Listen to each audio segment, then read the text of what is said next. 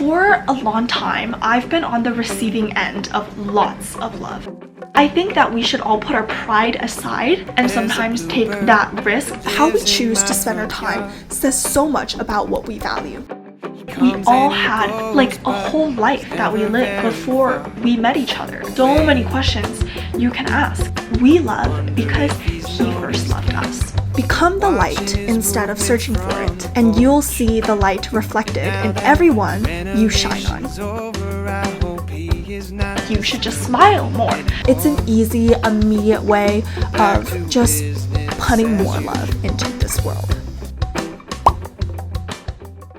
Hello everyone, welcome back to the vlog. This summer, as I'm getting ready for senior year, I've been doing a lot of thinking, and today's topic that we're going to talk about is love. And we're not talking about the romantic type of love, okay?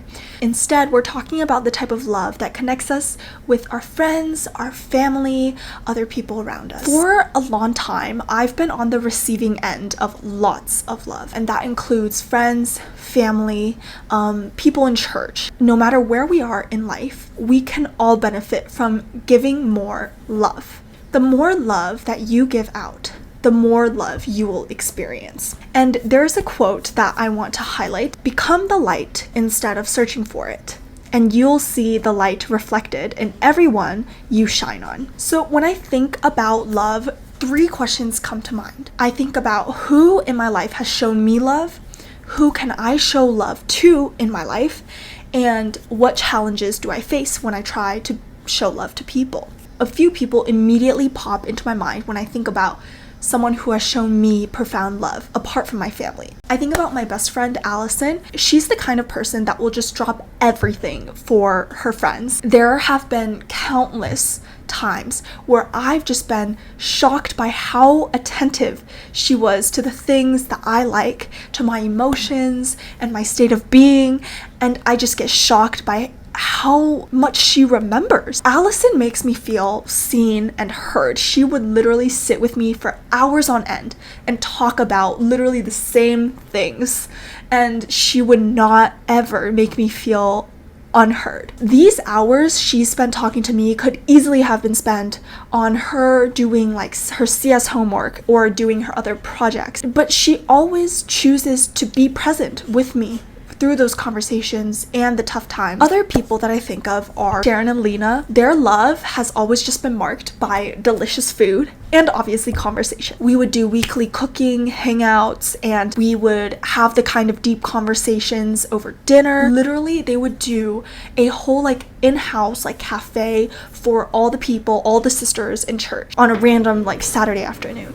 That's the type of people they are. I know that I am loved when someone is willing to literally spend hours on end talking to me about the same things. And that's exactly what Sharon and Lena would do. So here are 5 simple ways to show more love to people and be more loving as an individual. Or because all my PhDs are gone, I might be able to leave at 3 or 4. What? Like, I don't know what to do after work now. Oh, it's completely up to you, but I'm actually going to be meeting a friend in Chicago to watch a very, very, very famous and really, really good violinist called Augustine Hadalick.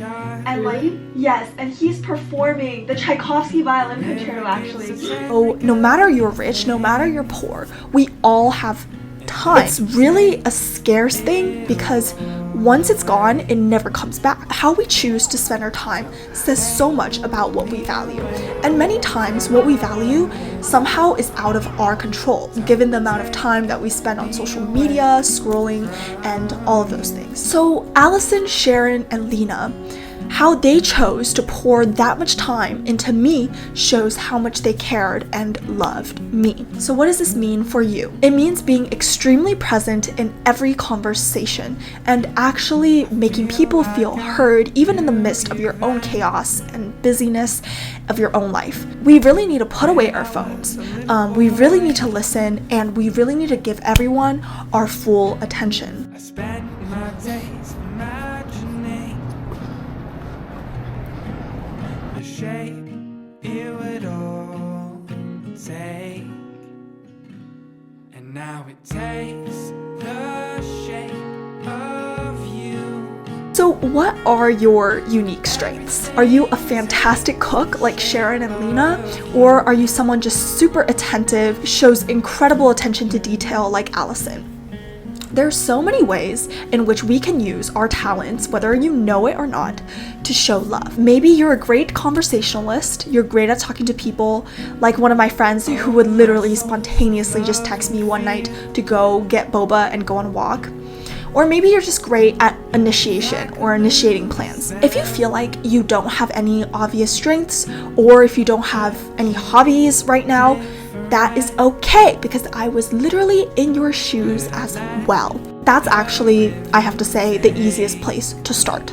You can show love by literally just simply putting in effort. There's so many things you can do. You can try something new together. You can put in effort to cook a meal with someone or for someone. And you can go on a run, you can go study at a new library or experience something different together. Initiate that plan. You know, the basic strength that we all share is that we're all human. We all have stories and histories, and few people actually really ask about those type of things.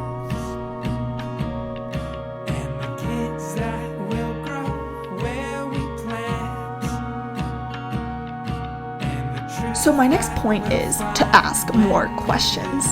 Yes, your connection with someone deepens when your questions deepen. And I know it's weird, but sometimes one of us has to do it. One of us has to ask the other person a deeper question.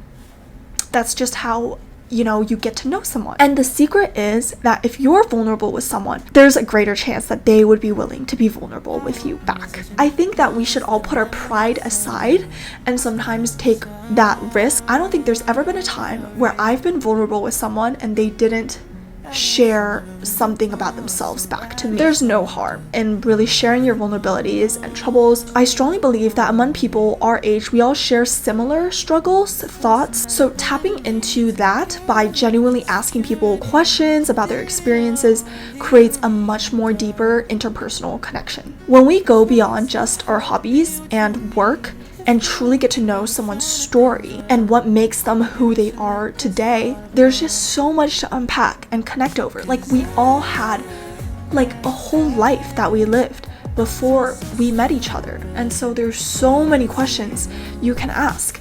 You just have to keep your brain whirring, literally. Pretty bus. Awesome. Now, some of you may be thinking, why do I even need to show love? I'm happy with sticking to myself. Yes, and that's a valid thought. But as a person of faith, which I need to preface, I often reflect on the idea that we love because he first loved us. So when I think about Jesus, I think about how he had a profound love for every single person that he met. Even the most broken, the most socially isolated and hated upon, he gave his full attention to every one of those people and performed miracles, healed them. So you may or may not believe in God, but as humans, I think we all naturally crave love, to be loved, to feel loved, right? So the truth is, you won't fully recognize the love that you have received unless you start pouring that same love out. So you won't truly understand sacrifice until you have made some of your own.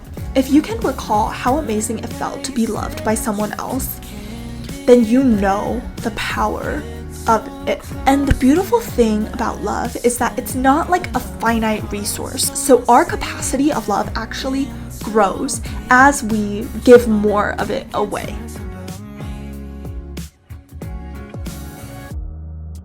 What if it goes wrong? What if it goes right? What if these things I'm saying? Okay, the last point is literally so simple, but so incredibly powerful. A smile is completely free. Like, a smile can brighten someone's day so much. It also sends positive signals to our own brain, affirming feelings of happiness, joy, and contentment.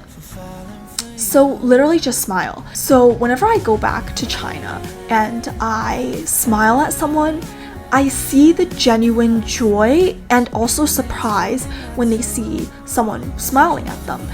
And they smile back with a genuine joy, and it's an easy, immediate way of just putting more love into this world.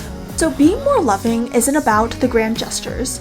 It's literally just about the intentionality and consistent small acts. It's about recognizing the incredible gift that we've received, all the love that we've received in our life, and that choosing to share that gift with other people around us.